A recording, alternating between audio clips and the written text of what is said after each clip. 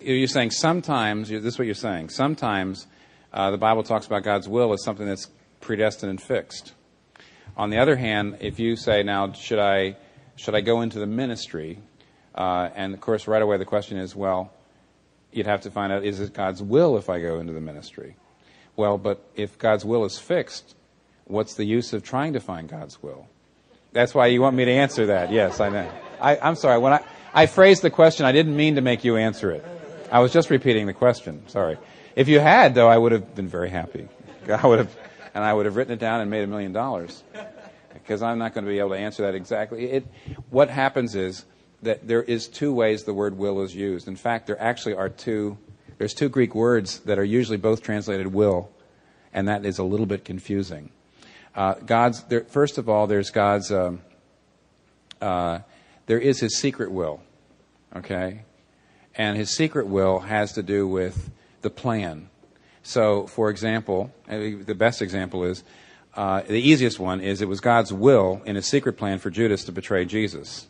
But then the other way God's will is that's also called His decretive will, or His secret will. Then you also have His revealed will, and that means what He is exhorting us to do. And of course, in His revealed will, you're not supposed to betray Jesus, right? So Judas broke God's will in one sense, but he also fulfilled God's will in another sense. Now, you don't worry about the secret will. That's why it's a secret. You don't sit around guessing. Actually, everything is important. Have you ever read Mark Twain's The Mysterious Stranger? And Mark Twain, what a bitter, nasty book. But basically, I forget what happens. But at one point, sort of an evil angel keeps a man from getting up and closing the window. So what happens is he gets up 30 minutes earlier than he was supposed to in God's will. And because he gets up 30 minutes earlier, what ends up happening is later on that day, as he's out in the ocean, instead of drowning, he's saved, but he catches a cold and he's paralyzed and he lives the rest of his life as a vegetable. And what he does basically is he's trying to show how every little thing is interconnected. Ray Bradbury has this time travel short story in which somebody steps off. A time traveler comes back and steps on a butterfly, and it changes all of history because the butterfly had to do with this, which everything is interconnected. And that's the reason why you don't sit around and try to figure out the secret will. You don't sit around and say, what tie should it have been this tie?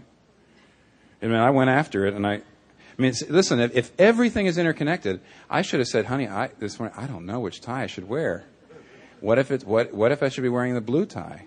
Of course, Kathy knows, and you all know, that I don't ever think about what tie I put on.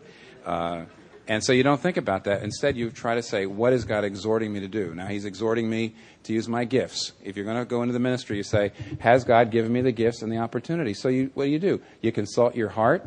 Do I want to do this? You consult your friends. Am I any good at this? Then you consult the wanted ads. In a way, is God opening doors for me? And if they all come together, you go after it. And even though you can't usually be sure of a call like that beforehand, eventually you are, if it works out. So you don't guess the secret will, and that sounds so prosaic. I'm sorry. Instead of guessing the secret, you don't guess the secret. Oh Lord, show me. You don't guess that. What you do is you say, okay, what is He exhorting me to do? And the way I find out whether He's gifted me to do it is I check myself, I check with my friends, I check with opportunities, and I see whether or not things go well with it, and that's how I know. I was called to come to New York City, but I didn't know for at least a year or two. And when I got here and people said, are you sure you're called to New York to plant a church here? I always said no. And they said, why would you have come here? And I think that people who believe you have to have this incredible certainty before you do something, these are people who are trying to discern the secret will of God, and there's no way you can. He's not going to tell you. That's secret. That's why it's secret.